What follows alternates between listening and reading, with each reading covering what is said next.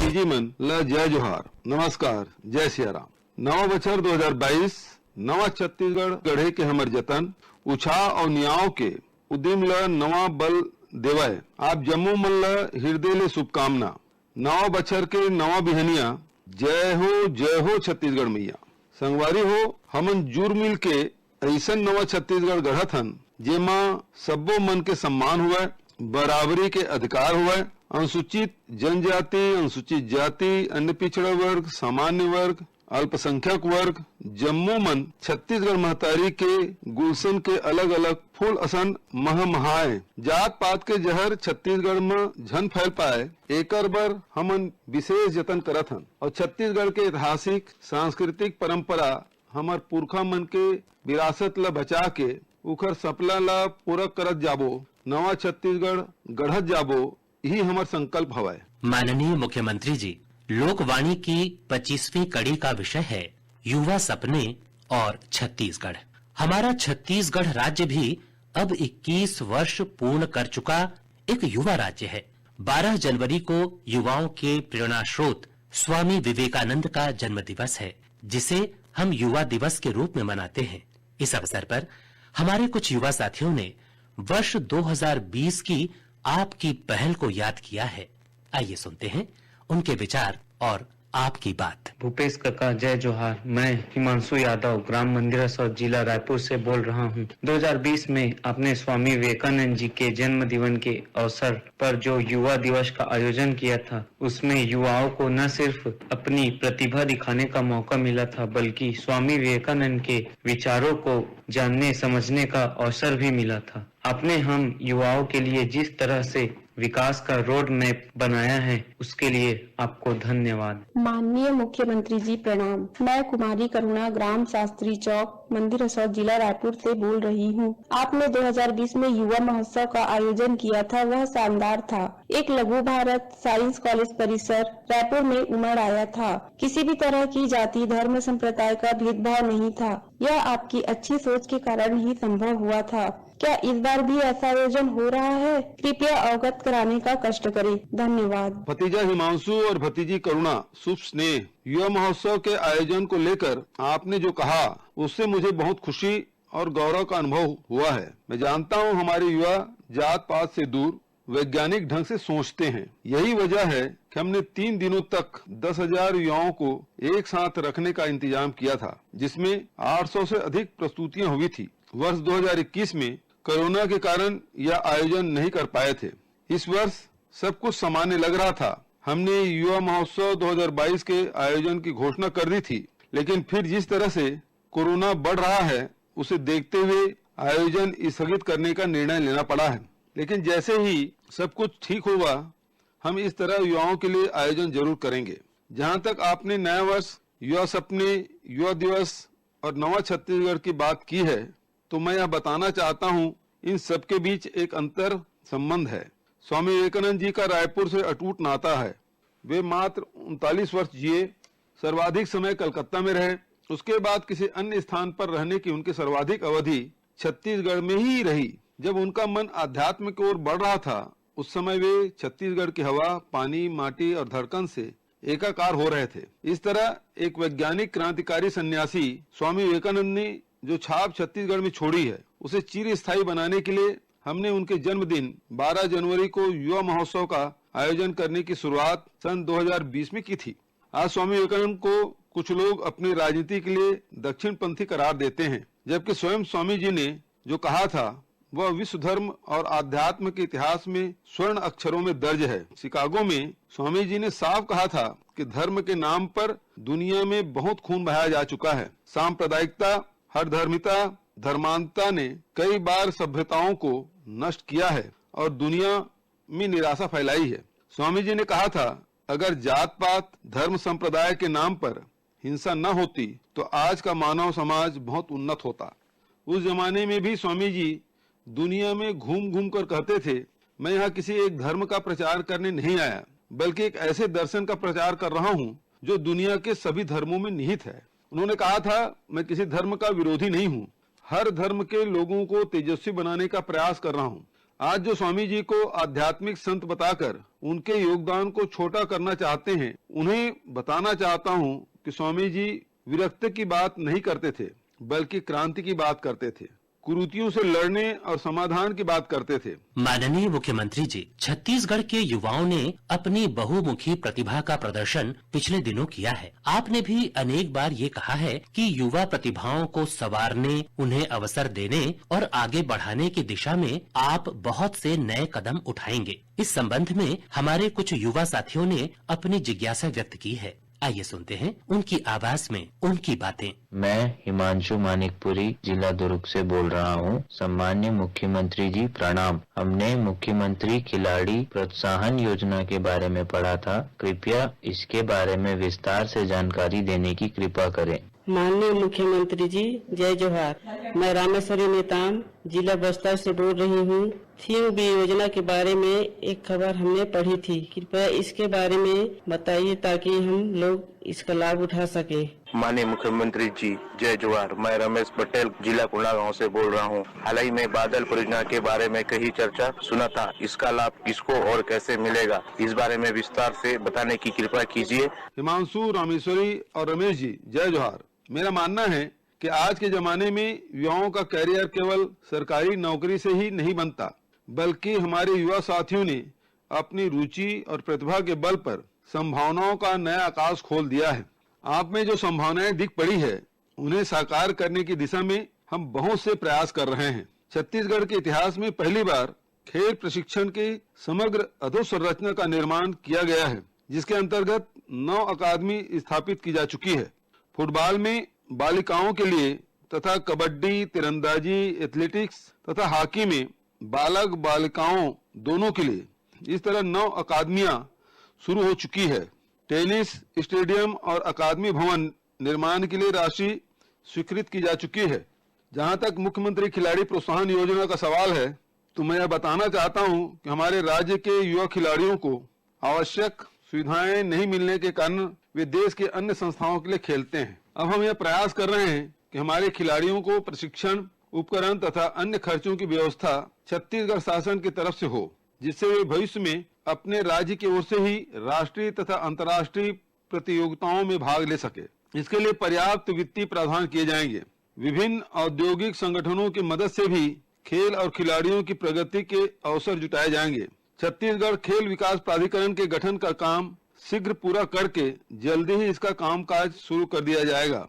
आपने think B के बारे में अच्छा सवाल किया है। मैं बताना चाहता हूं कि यह पहल बस्तर के युवाओं के लिए है। थिंक बी का फुल फॉर्म है technology hub and innovation for knowledge Bastar.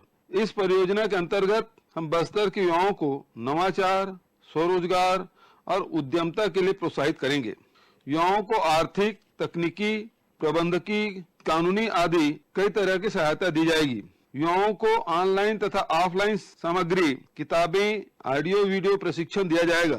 मुझे कहते हुए बहुत खुशी है कि थिंक बी परियोजना के लिए IIM Raipur, Tata Institute of Social Sciences Delhi, IIIT Raipur तथा Hidayatullah National Law University Raipur के साथ MOU किया गया है। हमारे आदिवासी अंचल के युवाओं को सही समय पर सही सलाह और सुविधाएं मिलने से उनके जीवन में चमत्कारिक बदलाव आएगा और वे बहुत बड़े पैमाने पर सफलता की सीढ़ियां चढ़ सकेंगे।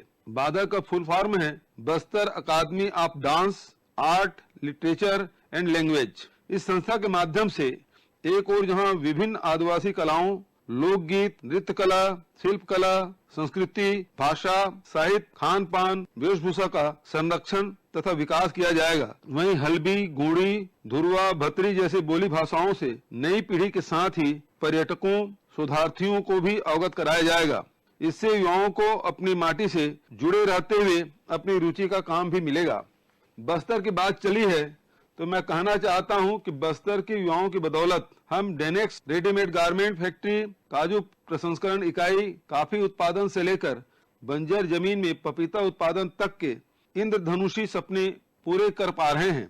बस्तर के युवाओं ने यह साबित किया है, थोड़ी मदद, थोड़ी सुविधाएं और थोड़ा मार्गदर्शन मिलने पर वे बस्तर को बदल सकते हैं। स्वावलंबन की नई कहानी लिखकर नक्सलवाद को पीछे हटा सकते हैं। विपरीत परिस्थितियों में भी इन उपलब्धियों के लिए मैं बस्तर के युवाओं को सलाम करता हूँ। माननीय मुख्यमंत्री जी, छत्तीसगढ़ के युवाओं को संगठित करने, सामूहिक रूप से समाज और प्रदेश में सकारात्मक बदलाव का आह्वान करते हुए आपने राजीव युवा मितान क्लब गठित करने की घोषणा की थी। इस संबंध में हमारे युवा साथियों की कुछ जिज्ञासाएं हैं। माननीय मुख्यमंत्री जी नमस्कार, मैं के प्रतीक पटनायक जिला धमतरी से बोल रहा हूँ। मैं जानना चाहता हूँ कि राजीव युवा मितान क्लब से जुड़ने के लिए क्या कोई उम्र की सीमा है? हम किस तरह से इस क्लब में शामिल होकर रचनात्मक कार्यों में सहयोग कर सकते हैं, इस बात की भी जानकारी मैं आपसे जानना चाहूंगा। पटनायक जी नमस्कार। आपको बताना चाहूंगा कि प्रदेश के 13,269 नगरीय निकायों एवं ग्राम पंचायतों में राजीव युवा मितान क्लब गठित करने हेतु कार्य योजना तैयार कर ली गई है। क्लब का पंजीयन फर्म एंड सोसाइटी एक्ट के तहत होगा। प्रत्येक क्लब में 20 से लेकर 40 तक युवा शामिल होंगे, जिनके आयु 15 से 40 वर्ष के बीच हो। वर्ष भर में इन क्लबों को 132 करोड़ 69 लाख रुपए की राशि अनुदान के रूप में प्रदान की जाएगी। इसकी पहली किस्त के रूप में 19 करोड़ 43 लाख रुपए की राशि जारी की जा चुकी है। हम प्रदेश में युवाओं की शिक्षा दीक्षा तथा रोजगार के अवसरों पर ध्यान देने के साथ ही संस्कारवान युवा पीढ़ी तैयार करने की पहल कर रहे हैं। मेरा मानना है पढ़ाई और अन्य गतिविधियों में सक्रिय होने के साथ ही युवा अवस्था में अपने परिवेश, अपने आसपास के लोगों की जिंदगी को करीब से देखने, समझने और बेहतरी के लिए स्वस्फूर्त कदम उठाने की भावना बहुत जरूरी है। अपना नाम तथा अपनी कमाई का सपना तो एक दिन पूरा हो जाता है, लेकिन लोगों के दुख दर्द में शामिल होने, अपनी संस्कृति तथा कमजोर तबकों की भलाई के लिए योगदान करने की भावना एक बीज की तरह युवाओं में डाली जानी चाहिए। हम छत्तीसगढ़ में ऐसे ही संस्कारवान युवा पीढ़ी का विकास करना चाहते हैं। माननीय मुख्यमंत्री जी, छत्तीसगढ़ में विगत 3 वर्षों में रोजगार के अवसरों में बहुत बढ़ोतरी हुई है और निश्चित तौर पर इसका लाभ युवाओं को भी मिला है। कुछ युवा श्रोता इस संबंध में आपसे बात करना चाहते हैं। कका पाए लागी जय जोहार, जय सिया राम। मैं भगवा राम ग्राम मड़ली जिला धमतरी ले बोलत हूँ। राज्य के मुखिया और लोकप्रिय मुख्यमंत्री ला कका कहे मा हम ला अपनापन महसूस होते। आप मन के व्यक्तित्व ऐसा है जैसे आप हमारे परिवार के सदस्य हो। राज्य के मुखिया और हमारे देश के अब्बड़ मयारू मुख्यमंत्री जी जब हम ला भतीजा भतीजी कथस तब हम ला घर बरोबर लागते। आदरणीय मुख्यमंत्री जी, सरकारी नौकरी के अलावा लोगन मन ला रोजगार दे के आपके का योजना है बताओ। धन्यवाद। धन्यवाद भतीजा फगवा। जब हमारे रिश्तों की डोर मजबूत होगी, जब हम परस्पर एक दूसरे से अपने विचार साझा करेंगे, तभी मैं जनता की जरूरत की योजनाएं बनाकर उसे लागू कर सकता हूं। इसलिए मुझे आप लोगों से अनौपचारिक रूप से मिलने तथा बात करने में अच्छा लगता है। आपका घरोबा महसूस करना बहुत पसंद आया। मुझे खुशी है कि पिछले 3 वर्षों में सरकारी, अर्ध सरकारी कार्यालयों में सीधी भर्ती के अलावा अन्य माध्यमों से भी भर्ती की गई, जिसके कारण 4,65,000 से अधिक लोगों को सरकारी और अर्ध सरकारी कार्यालयों में कार्य करने का अवसर मिला है। इसके अलावा 30,000 नौकरियां नए उद्योगों में मिली है। प्रदेश में निजी क्षेत्रों में बड़े पैमाने पर नौकरियों का सृजन हुआ है। हमने ग्रामीण अंचलों में युवाओं को निर्माण कार्यों से जोड़ने के लिए इस श्रेणी पंजीयन कराया था, जिसके अंतर्गत 3,000 से अधिक युवाओं ने पंजीयन कराया है, जिन्हें बिना टेंडर के निर्माण कार्य का ठेका दिया जा रहा है। अभी तक लगभग 1,000 पंजीकृत युवाओं को सड़क, भवन आदि निर्माण कार्य आवंटित किए जा चुके हैं। माननीय मुख्यमंत्री जी, आप हमेशा युवाओं के सर्वांगीण विकास की बात करते हैं। राज्य में बहुत बड़ी आबादी की आजीविका का साधन आज भी कृषि है। बहुत लंबे अरसे का अनुभव रहा है कि हमारे युवा साथी कृषि को व्यवसाय की तरह अपनाने में हिचकते थे, लेकिन विगत 3 वर्षों में स्थिति परिस्थितियां बदली हैं। इस संबंध में युवा साथियों के विचार आपके साथ साझा करते हैं। माननीय मुख्यमंत्री जी प्रणाम। मैं मुकेश कश्यप ग्राम कुसुमतरा जिला मुंगेली से बोल रहा हूँ। आपने निश्चित तौर पर राज्य गठन के बाद सर्वाधिक सरकारी नौकरियों का सृजन किया है, लेकिन जिस पैमाने पर रोजगार की जरूरत है वह सिर्फ सरकारी नौकरी से पूरा नहीं हो सकता। छत्तीसगढ़ में परंपरागत रूप से रोजगार का सबसे बड़ा साधन कृषि क्षेत्र है। आप ऐसा क्या कर रहे हैं कि हमारे युवा साथी खेती किसानी को ही अपनाएं, उनका आकर्षण खेती के लिए बढ़े? धन्यवाद। धन्यवाद मुकेश। आपने बहुत अच्छा सवाल किया। मेरा मानना है युवा खतरे के खिलाड़ी होते हैं। उनमें न तो लगन की कमी है, न ही वे मेहनत से डरते हैं। लेकिन गलत नीतियों के कारण 1.5 दशक में खेती के काम को अंधेरी सुरंग बना दिया गया था, जहां से उजाले की किरण दूर दूर तक दिखाई नहीं पड़ती थी। हमने इस सुरंग में भी उजाला बिखेरने का काम किया है। हमने खेती किसानी को बेहतर आय और प्रतिभा दिखाने के बेहतर अवसरों से जोड़ दिया है। एक और हमने छत्तीसगढ़ की फसलों को समर्थन मूल्य पर खरीदने की बेहतर व्यवस्था की है। पशुधन पालन को लाभ का जरिया बनाया है। वहीं दूसरी ओर ग्रामीण अर्थव्यवस्था, नई उपजों को बढ़ावा, उनके प्रोसेसिंग, पैकेजिंग, मार्केटिंग जैसी व्यवस्थाओं को संस्थागत रूप दिया है। कृषि की वैज्ञानिक शिक्षा के साथ शोध, अनुसंधान और आविष्कार के लिए बड़े पैमाने पर व्यवस्थाएं सुनिश्चित की है। राजीव गांधी किसान न्याय योजना, गोधन न्याय योजना, मुख्यमंत्री वृक्षारोपण प्रोत्साहन योजना, समर्थन मूल्य पर वनोपज खरीदी, वनोपज प्रसंस्करण, फूड पार्क की स्थापना जैसे प्रयासों से युवाओं को यह विश्वास हुआ है कि खेती किसानी के काम में भी बहुत कुछ करने को है, जो नवीनता के अभाव में दिखाई नहीं पड़ता था। हमने 3 वर्षों में आधा दर्जन कृषि उद्यानिकी महाविद्यालय खोले, जैसे बेमेतरा, जशपुर, धमतरी, अर्जुंदा, लोरमी में। महात्मा गांधी के नाम पर दुर्ग जिले के पाटन विकासखंड के ग्राम सांकरा में उद्यानिकी एवं वानिकी विश्वविद्यालय की स्थापना की गई, जिसमें अब प्रवेश की प्रक्रिया शुरू की जाएगी। कोदो, कुटकी, रागी जैसे फसलों के लिए कांकेर जिले में तथा विभिन्न कृषि उत्पादों की प्रोसेसिंग हेतु दुर्ग जिले में प्रोसेसिंग यूनिट स्थापित की जा रही है। 200 से अधिक विकास खंडों में फूड पार्क की स्थापना हेतु भूमि आवंटन किया जा चुका है। बंजर जमीन को कृषि के लिए उपयोगी बनाने हेतु डीएमएफ तथा अन्य मदों से सहायता दी जा रही है। वन अधिकार अधिमान्यता पत्र के माध्यम से आवंटित जमीनों में खेती के साथ ही समर्थन मूल्य पर खरीदी की व्यवस्था की गई है। कुल मिलाकर वर्षों से कृषि क्षेत्र में बौद्धिक आदान या इंटेलेक्चुअल इनपुट को रोककर रखा गया था, जिसे हमने चारों ओर से खोल दिया है। इस तरह अब युवाओं को यह दिखने लगा है कि छत्तीसगढ़ में खेती किसानी अब लाभ का धंधा है। यही वजह है कि बहुत से किसान पुत्र तथा पुत्रियां उच्च शिक्षित होने के बावजूद अब खेती किसानी तथा इससे जुड़े हुए कारोबार अपना रहे हैं। माननीय मुख्यमंत्री जी, शिक्षा की गुणवत्ता को लेकर भी सवाल उठाए जाते हैं। हालांकि इस दिशा में आपने बहुत ही सुविचारित ढंग से प्रयास किए हैं। इस संबंध में आए कुछ सवालों से आपको अवगत कराते हैं। मैं कुमारी राखी, नगर पंचायत दल्ली राजरा, जिला बालोद से बोल रही हूँ। माननीय मुख्यमंत्री जी को मेरा सादर प्रणाम। मुख्यमंत्री जी, एक बात आपसे शेयर करना चाह रही हूँ कि बच्चों को अच्छी शिक्षा मिलेगी तभी उनकी बुनियाद मजबूत होगी, तभी वे एक सक्षम युवा के रूप में बड़ी प्रतियोगी परीक्षाओं में सफल हो सकेंगे। मैं चाहती हूँ कि प्रयासों के साथ आप कुछ उपलब्धियों पर प्रकाश डालने का कष्ट करें। धन्यवाद। राखी बिटिया, बहुत बढ़िया सवाल है। देखिए, शिक्षा में दोनों चीजें महत्वपूर्ण हैं। पहला, उसकी व्यापकता, अर्थात सभी को शिक्षा का अवसर तथा अधिकार मिलना चाहिए। वहीं दूसरी ओर शिक्षा उपयोगी, सार्थक हो, इसके लिए शिक्षा का गुणवत्तापूर्ण होना आवश्यक है। हमने इन दोनों ही मोर्चे पर काम किया है। कमजोर आर्थिक स्थिति वाले परिवारों के बच्चों को कक्षा 12वीं तथा निःशुल्क शिक्षा दिलाने के लिए देश में पहली बार हमने शिक्षा के अधिकार के प्रावधान को बढ़ाया है। बेटियों को स्नातकोत्तर तक निःशुल्क शिक्षा दिलाने की व्यवस्था की है। शिक्षा की गुणवत्ता बढ़ाने के लिए स्वामी आत्मानंद उत्कृष्ट अंग्रेजी माध्यम विद्यालय योजना लागू की गई है। हिंदी माध्यम की शालाओं के लिए भी यह सुविधा उपलब्ध कराने की शुरुआत कर दी गई है। स्कूल से लेकर कॉलेज तक सुविधाओं में वृद्धि की गई है। साथ ही कमजोर तबकों की सुविधाओं में भी वृद्धि की गई है, जैसे स्कॉलरशिप, भोजन सहायता राशि आदि में बढ़ोतरी की गई है, ताकि वे अपनी पढ़ाई पूरी करके बेहतर रोजगार के अवसर हासिल कर सकें। मुझे बताते हुए खुशी है कि हमने प्रयास आवासीय विद्यालयों की संख्या और गुणवत्ता भी बढ़ाई है, ताकि नक्सल प्रभावित जिलों और अनुसूचित क्षेत्रों के प्रतिभावान बच्चे देश के प्रतिष्ठित संस्थानों में उच्च शिक्षा हासिल कर सके।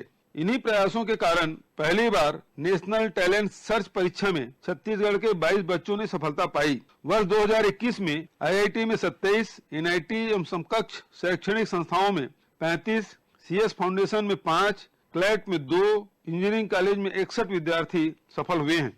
प्रयास संस्थाओं की संख्या बढ़ाकर अब 9 हो गई है तथा इसमें सीटों की संख्या बढ़कर 4500 कर दी गई है। यहाँ के नतीजे न सिर्फ 100% आए हैं, बल्कि सभी बच्चे 80% से अधिक अंक लेकर उत्तीर्ण हुए हैं। विशेष पिछड़ी जनजाति के शिक्षित युवाओं के लिए नियम को शिथिल करते हुए उन्हीं बसाहटों में शिक्षक के रूप में नौकरी दी गई है। आदिवासी अंचलों में शिक्षा के प्रति रुझान बढ़ाने के लिए संभाग स्तर पर कनिष्ठ सेवा चयन बोर्ड का गठन कर स्थानीय युवाओं की भर्ती सुनिश्चित की गई है। नमस्कार, मैं मनीष कुमार जिला जांजगीर चांपा से बोल रहा हूँ। छत्तीसगढ़ के युवा अलग अलग क्षेत्रों में बड़ी बड़ी उपलब्धियां हासिल कर रहे हैं और छत्तीसगढ़ का नाम रोशन कर रहे हैं। हम जानना चाहते हैं कि हमारे इन युवा साथियों की उपलब्धियां क्या आपकी जानकारी में है और आप इन्हें किस तरह देखते हैं? नमस्कार मनीष जी, हमारे युवाओं की उपलब्धियों और कीर्तिमानों की खबरें सुनकर मेरा यह विश्वास और अधिक मजबूत हो जाता है कि छत्तीसगढ़ के युवाओं में प्रतिभा की कोई कमी नहीं है। भरोसा और सुविधाओं से ही हम वास्तविक युवा क्रांति कर सकते हैं। अबूझमाड़ के युवाओं ने मलखम्ब प्रदर्शन में राष्ट्रीय स्तर पर अपना नाम रोशन किया है। बैडमिंटन खिलाड़ी ईशांत ने स्कॉटलैंड में पदक जीतकर सिर्फ छत्तीसगढ़ ही नहीं बल्कि देश का नाम ऊंचा किया है। बस्तर में एकटागुड़ा गांव की बेटी नैना सिंह धाकड़ ने एवरेस्ट फतह किया तो रायगढ़ की बिटिया याशी जैन ने यूरोप के सबसे ऊंची चोटी माउंट एलब्रस पर झंडा गाड़ा। दिव्यांग पर्वतारोही चित्रसेन साहू ने बास्केटबॉल की राष्ट्रीय टीम में स्थान बनाया। गरियाबंद जिले की दुर्गा चंद्राकर ने SBKF इंटरनेशनल चैंपियनशिप नेपाल में स्वर्ण पदक हासिल किया तो जगदलपुर निवासी अर्जुन कुमार ने राष्ट्रीय शालेय एथलेटिक्स में स्वर्ण पदक जीता। नेशनल व्हीलचेयर रग्बी चैंपियनशिप में रायपुर जिले के विभीषण निषाद की कप्तानी में राजनांदगांव जिले के इंद्र प्रसाद सिन्हा और धीरेन्द्र सिन्हा और ऋषि मिश्रा, बालोद जिले के तामेश्वर निषाद की टीम ने कांस्य पदक जीता है। कराटे में पद्मा व्यवहार और टेकेश्वरी साहू ने थाई बॉक्सिंग की अंतर्राष्ट्रीय प्रतियोगिता में स्वर्ण पदक जीता है। खेलो इंडिया गेम्स में तैराकी प्रतियोगिता में शिवाक्ष साहू ने स्वर्ण पदक तथा उनके भाई रुद्राक्ष ने कांस्य पदक जीता है। इसी प्रतियोगिता में कबड्डी में बालिका टीम को कांस्य पदक मिला। जूडो में अनमोल ने कांस्य पदक जीता। भारोत्तोलन में ज्ञानेश्वरी यादव ने रजत पदक हासिल किया है। रंजिता खलको का चयन भारत की mini golf world cup team के लिए हुआ है। थाईलैंड में आयोजित मिसेज एशिया प्रतियोगिता में भिलाई की अवंतिका श्रीवास्तव विजेता बनी। हमारे युवाओं ने शिक्षा के क्षेत्र में भी कमाल किया, राष्ट्रीय स्तर पर अपनी धाक बनाई है। रायपुर निवासी भ्रमर जैन ने CA फाइनल की परीक्षा में देश में पहला स्थान हासिल किया है। National artificial intelligence for youth program के लिए महासमुंद जिले के शासकीय कुलदीप निगम उच्चतर माध्यमिक विद्यालय नर्रा के 7 छात्र छात्राओं वैभव देवांगन, धीरज यादव, घनश्याम निषाद, यमुना यादव, हिमांशी देवांगन, परमेश्वरी यादव, गोपिका देवांगन के अलावा शासकीय उच्चतर माध्यमिक विद्यालय लेंजवारा जिला बेमेतरा की छात्रा अंजलि निर्मलकर और girls higher secondary school Raipur की छात्रा अंकिता नामदेव शामिल हैं। मुंगेली जिले के छात्र नीतीश साहू को घुरवा योजना के प्रोजेक्ट पर राष्ट्रीय पुरस्कार मिला है। रायपुर स्थित RD तिवारी स्वामी आत्मानंद स्कूल के छात्र आदित्य चौरसिया को पेंटिंग के लिए भारत सरकार द्वारा पुरस्कृत किया गया। UPSC के ताजा नतीजों में सिमीकरण, उमेश प्रसाद गुप्ता, सुथान, आयुष खरे, जितेंद्र यादव, योगेश पटेल ने सफलता हासिल की। छत्तीसगढ़ में पहली बार धमतरी में वायुसेना भर्ती रैली का आयोजन किया गया, जिसमें प्रदेश के 208 युवाओं का चयन हुआ है।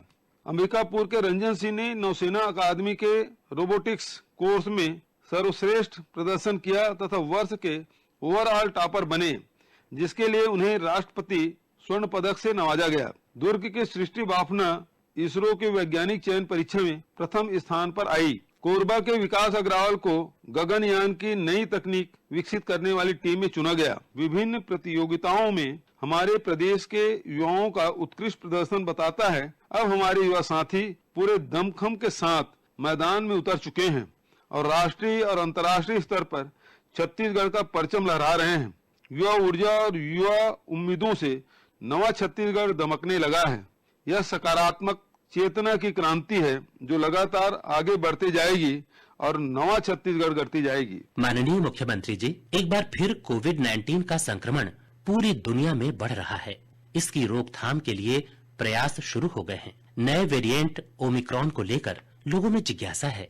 इस संबंध में आपके विचार उपयोगी होंगे। कोरोना के नए वेरिएंट को ओमिक्रॉन के नाम से पहचाना गया है, लेकिन इसके भी शुरुआती लक्षण सर्दी, बुखार, गले में खराश जैसे पहले की तरह ही है। हमारा पुराना अनुभव है कि कोरोना को लेकर किसी तरह की दहशत नहीं होनी चाहिए। सबसे पहले इतनी सावधानी बरतनी चाहिए कि कोरोना हो ही नहीं। सरकार की ओर से हर संभव तैयारी की गई है, लेकिन प्रत्येक व्यक्ति को सचेत रहकर निजी सावधानी बरतनी आवश्यक है। नाक मुंह ढक कर रखें, फेस मास्क को सही ढंग से लगाएं, साबुन पानी से हाथ धोते रहें, भीड़ वाली जगह से बचें, फिजिकल डिस्टेंसिंग रखकर ही किसी से मेल मुलाकात करें। हमने जिला प्रशासन को निर्देशित किया है कि स्थानीय परिस्थितियों के अनुसार सार्वजनिक प्रतिबंधात्मक उपाय किए जाएं, कोरोना प्रोटोकॉल का पालन करें। कोरोना से बचने के लिए टीके का दोनों डोज लगवाना जरूरी है। जिन्होंने पहला डोज लेकर छोड़ दिया है वे दूसरा डोज पूरा करें। 15 से 18 वर्ष की उम्र के किशोर किशोरियों के लिए टीकाकरण शुरू हो गया है और मुझे खुशी है हमारे नवयुवा बड़ी संख्या में टीका लगवा रहे हैं। मैं चाहूंगा कि अभियान 100% सफल हो। इस माह 14 जनवरी को मकर संक्रांति तथा पोंगल का त्योहार है। 17 जनवरी को चिरचरा पुन्नी शाकंभरी जयंती, 26 जनवरी को गणतंत्र दिवस है। इसके लिए मैं आप सबको अग्रिम बधाई और शुभकामनाएं देता हूं। 20 जनवरी को अमर शहीद गयन सिंह की पुण्यतिथि, 21 जनवरी को हेमू कलानी शहीद दिवस, 23 जनवरी को नेताजी सुभाष चंद्र बोस की जयंती तथा 30 जनवरी को राष्ट्रपिता महात्मा गांधी की पुण्यतिथि है। मैं इन महान विभूतियों को सादर नमन करता हूं और युवा साथियों से अपील करता हूं कि इनके आदर्शों का मनन करें और अपने जीवन में अपनाएं। धन्यवाद। जय हिंद, जय छत्तीसगढ़। श्रोताओं, लोकवाणी का आगामी प्रसारण 13 फरवरी 2022 को होगा, जिसमें माननीय मुख्यमंत्री सुगम उद्योग व्यापार उन्नत कारोबार विषय पर चर्चा करेंगे।